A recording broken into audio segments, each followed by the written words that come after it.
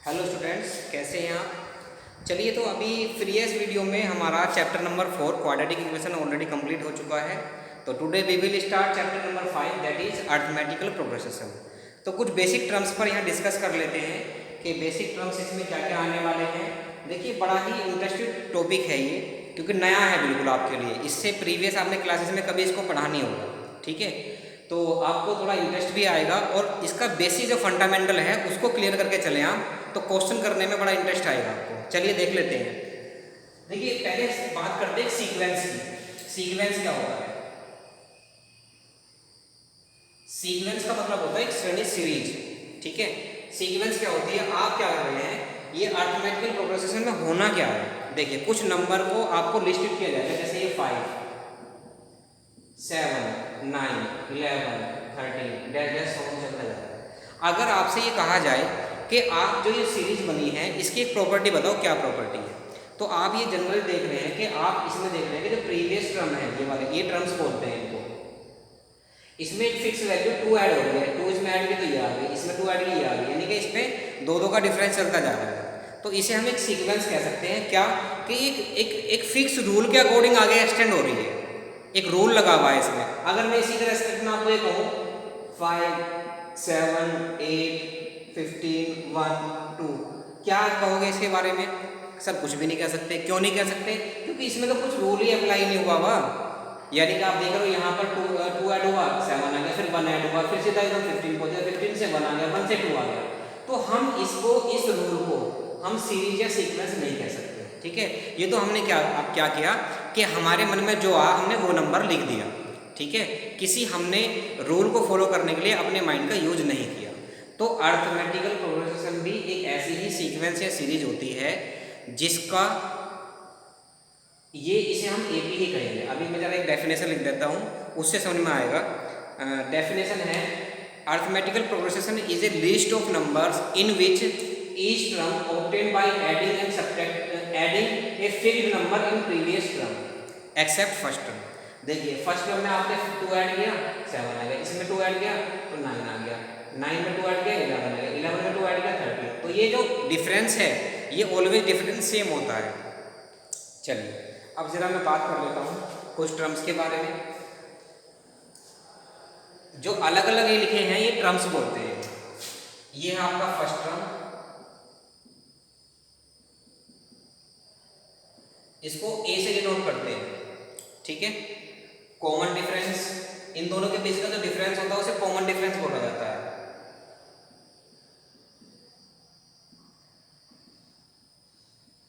Common difference को small D से represent करते हैं। किसी सीक्वेंस में कितने नंबर्स हैं, नंबर ऑफ टर्म्स,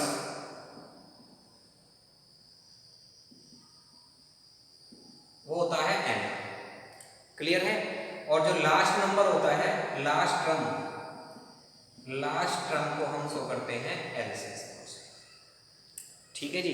जैसे एग्जांपल में हम देता हूं, सपोज कीजिए 3 7 11 15 डैश डैश सो, ये इसका फर्स्ट टर्म है। फर्स्ट टर्म को हम a1 या t1 भी देते हैं। फर्स्ट टर्म a होगा, सेकेंड टर्म t2 होता है, ये t3 होगा और ये t4 होगा, और ऐसे ही डैश डैश एक्सटेंड होते जा रहे हैं नंबर्स आपके, ठीक है। तो ये टर्म्स होते हैं आपके। क्लियर? एपी क्यों है ये? क्योंकि देखो सेम कॉमन डिफरेंस है। एपी की सबसे बड़ी प्रॉपर्टी यही है कि आपको कोई पूछने लगे कि एपी क्या है, व्हाट इज एपी, तो आप ये कहोगे ऐसी सीरीज जिसमें कॉमन डिफरेंस ऑलवेज इक्वल होता है उसे हम एपी बोलते हैं। देखो, जैसे 7 में से 3 माइनस करोगे 4 आएगा, 11 में से 7 माइनस करोगे 4 आएगा, 15 में से 11 माइनस करोगे 4 आएगा। बात ठीक है ना? हर जगह 4 आ रहा है ना। अगर यहाँ पर 4 है और यहाँ पर 3 डिफरेंस है तो ये एपी नहीं है, फिर एपी नहीं बोला जाएगा इसको, ठीक है। फिर कोई और सीरीज हो जाएगी। क्लियर है? तो ये आपकी एपी है, अरिथमेटिकल प्रोग्रेशन। अब जनरल फॉर्म देख लेते हैं हम इसकी एपी की क्या होती है। इसको मैं रफ कर देता हूँ, इसको नोट कर लीजिएगा।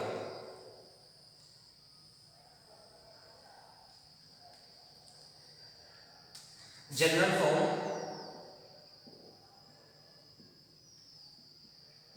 Of AP, arithmetical progression. First term होता है ए, सेकंड टर्म होगा a प्लस डी, यानी कि इसमें डी ऐड हो गया, फिर इसमें डी होगा तो ऐड, तो a plus 2d, a plus 3d, dash dash so on. ये फर्स्ट टर्म है आपका T1, ये T2 है, ये T3 है, ये T4 है। जो टर्म है उसमें D1 कम है, देख लेंगे आप। यहाँ T4 है, 4 है तो यहाँ 3 लिखा हुआ है, यहाँ 3 है तो यहाँ 2 है आपका, ठीक है। तो ये AP की फॉर्म होती है, क्लियर है। चलिए अब अगर आपको एक्सरसाइज में देखें तो पहले क्वेश्चन में आपको क्या करना है, ये चेक करना है कि जो कंडीशंस दी हुई है, सिचुएशन दी है, वो AP क्रिएट कर रही है या नहीं कर रही है। चलिए चेक कर लेते हैं। Exercise 5.1, in which of the following situations does the list of numbers involved make an arithmetical progression and why. ठीक है, देख लेते हैं। जैसे फर्स्ट, चलो मैं पहले आपको सेकंड करा देता हूँ, ये सेकंड थर्ड आप कर लोगे, कंप्लीट कर लेना सेकंड थर्ड। फर्स्ट मैं भी बाद में करा दूंगा। Right first 4 terms of the AP। AP के फर्स्ट 4 टर्म्स लिखने हैं और A और D दिए हुए लिख जाएंगे आपके आराम से। जैसे मैं इसका सेकंड या थर्ड पार्ट कर लेता हूँ। कौन सा क्वेश्चन है? सेकंड का थर्ड। A की वैल्यू आपको दी है 4 और D की वैल्यू क्या दी है आपको? -3। ठीक है, तो फर्स्ट टर्म तो आपके पास में है ही,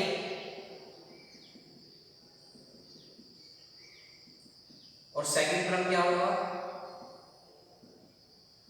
इसे T2 बोलते हैं, वो होगा A + D। अभी जनरल फॉर्म बताई थी मैंने। A की वैल्यू रखो, D की वैल्यू रखो। A की value 4 - 3 = 1। Third term T3 A + 2D आएगा। मैंने कहा था ना जितना यहाँ लिखा हुआ है एक कम होगा D आगे। A4 है +2 × -3 4 - 6 = -2। T4 निकालो, A प्लस फॉर्मूला लगेगा 3D का। A है 4 + 3 × -2 नहीं 3, D की वैल्यू 3 है ना, तो 4 - 9 = -5। T5 क्योंकि 4 टर्म्स निकालने हैं ना, ये तो फर्स्ट टर्म है, इससे आगे ये 4 टर्म्स निकालने हैं। तो T5 होगा आपका A + 4D। A की वैल्यू 4 है +4 × -3 4 - 12 = -8। तो ये आपके 4 टर्म्स नेक्स्ट आ गए आपके 1 - 2 - 5 - 8। ठीक है जी, ये आपका इस तरीके से आपका सेकंड क्वेश्चन हो जाएगा। अब वो कह रहे हैं थर्ड क्वेश्चन में for the following APs right the first term and common difference. AP दे रखी है आपको, first term and common difference निकालना है। देख लो क्वेश्चन, मान लीजिए यहाँ देखो क्वेश्चन नंबर थर्ड AP दी है आपको। इसमें मैं आपको फोर्थ पार्ट करा देता हूँ डेसिमल वाला। 0.6, 1.7, 2.8, 3.9। फर्स्ट टर्म तो ये होता है, फर्स्ट टर्म A = 0.6। D निकालना है तो इसमें से ही माइनस कर दो, सेकंड टर्म में से माइनस करेंगे तो ये आएगा 1.1। बस ये आ गया, बस ये करना है आपको ओनली। ठीक है, इससे आगे वाले में भी आपको चेक करना है कि वो AP में है या नहीं है। तो आप 2 कॉमन डिफरेंस निकाल लें, एक तो इसमें से ये माइनस करें और एक इसमें से ये माइनस करें। माइनस करने पर कॉमन डिफरेंस इक्वल आते हैं तो सही है। ठीक है, तो फिलहाल आप इतना कर लीजिए, बेसिक कंसेप्ट क्लियर करो। इसमें अब मैं फर्स्ट क्वेश्चन आपको नेक्स्ट वीडियो में करा दूंगा और फोर्थ के भी कुछ पार्ट करा दूंगा, तो ये फर्स्ट एक्सरसाइज खत्म हो जाएगी आपकी। ठीक है, तो आज के लिए इतना ही काफ़ी है। मेन बेसिक इंट्रोडक्शन पढ़ें आप इसका। Okay, thank you, have a nice day.